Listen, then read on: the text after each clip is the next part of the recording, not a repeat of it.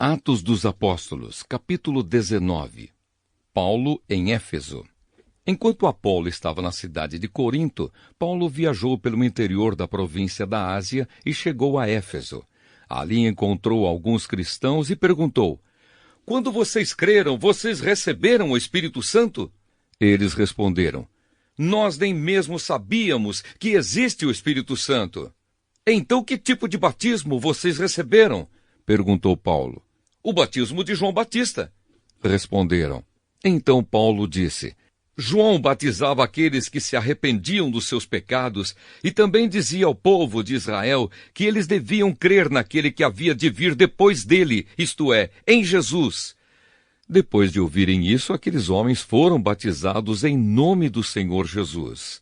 Aí Paulo pôs as mãos sobre eles e o Espírito Santo veio sobre eles. Então começaram a falar em línguas estranhas e a anunciar também a mensagem de Deus.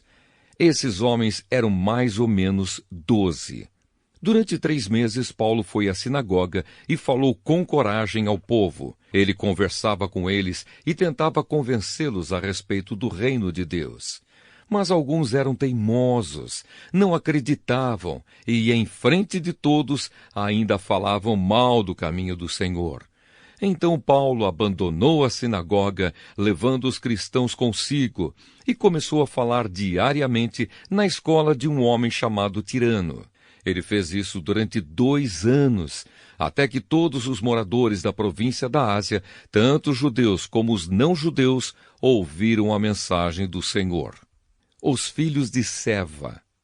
Deus fazia milagres extraordinários por meio de Paulo, tanto que as pessoas pegavam lenços e aventais que ele usava e os levavam para os doentes tocarem. E quando estes tocavam neles, ficavam curados, e de outras pessoas saíam os espíritos maus. Alguns judeus que andavam de um lado para o outro, expulsando espíritos maus, quiseram usar também o nome do Senhor Jesus para expulsar os espíritos maus, dizendo a eles: "Pelo poder do nome de Jesus, o mesmo que Paulo anuncia, eu mando que vocês saiam." Os homens que faziam isso eram os 7 filhos de um judeu chamado Seva, que era grande sacerdote. Mas, certa vez, um espírito mau disse a eles: "Eu conheço Jesus e sei quem é Paulo, mas vocês, quem são?"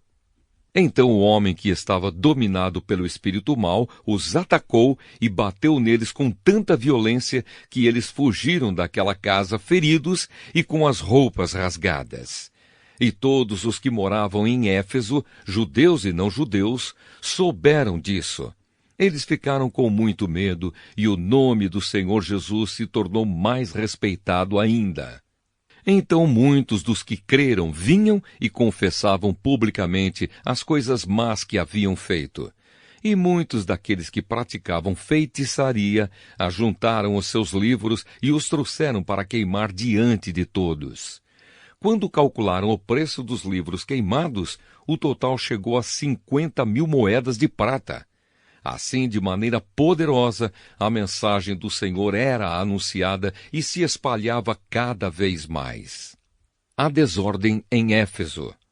Depois desses acontecimentos, Paulo resolveu passar pelas províncias da Macedônia e da Acaia e ir até Jerusalém. Ele dizia: "Depois que eu visitar Jerusalém, preciso ir a Roma."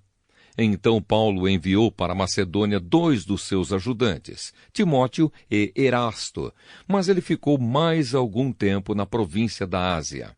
Foi nessa ocasião que houve na cidade de Éfeso uma grande desordem por causa do caminho do Senhor.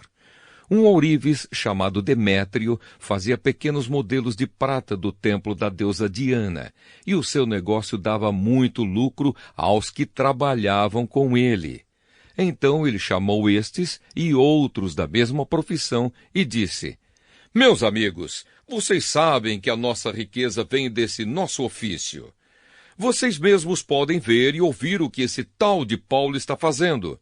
Ele afirma que os deuses feitos por mãos humanas não são deuses de verdade, e está conseguindo convencer muita gente, tanto daqui como de quase toda a província da Ásia.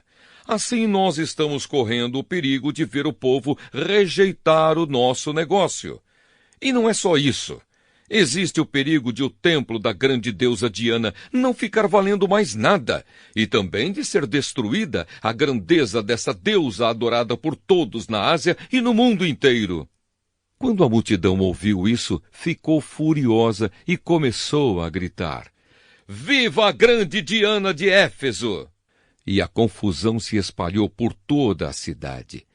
A multidão agarrou Gaio e Aristarco, 2 macedônios que viajavam com Paulo, e os arrastou até o teatro.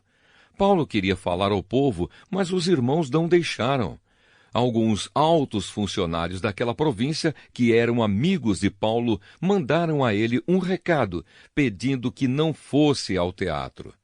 Naquela altura dos acontecimentos, a multidão que se achava no teatro estava em completa desordem. Uns gritavam uma coisa e outros gritavam outra, pois a maioria nem sabia por que estava ali. Algumas pessoas ficaram pensando que Alexandre era o culpado, pois os judeus o obrigaram a ir e ficar lá na frente. Aí Alexandre fez um sinal com a mão e tentou falar para se defender diante do povo.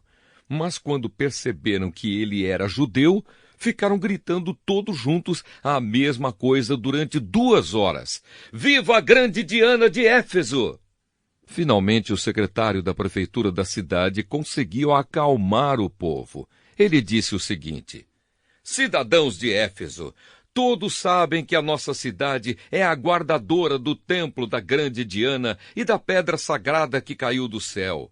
Ninguém pode negar isso. Assim fiquem calmos e não façam nada sem pensar bem. Vocês trouxeram aqui estes homens, mas eles não assaltaram o templo, nem ofenderam a nossa deusa. Se Demétrio e os seus ajudantes têm alguma acusação contra alguém, eles podem apresentar suas acusações no tribunal, pois para isso há dias certos de reunião, e também existem os governadores. Porém, se vocês querem mais alguma coisa, isso será tratado na reunião do povo, convocada de acordo com a lei, pois corremos o risco de sermos acusados de revolta por causa do que está acontecendo hoje. Não há motivo para toda esta confusão, e nós não poderíamos justificar tudo isso. Depois de dizer essas palavras, ele terminou a reunião.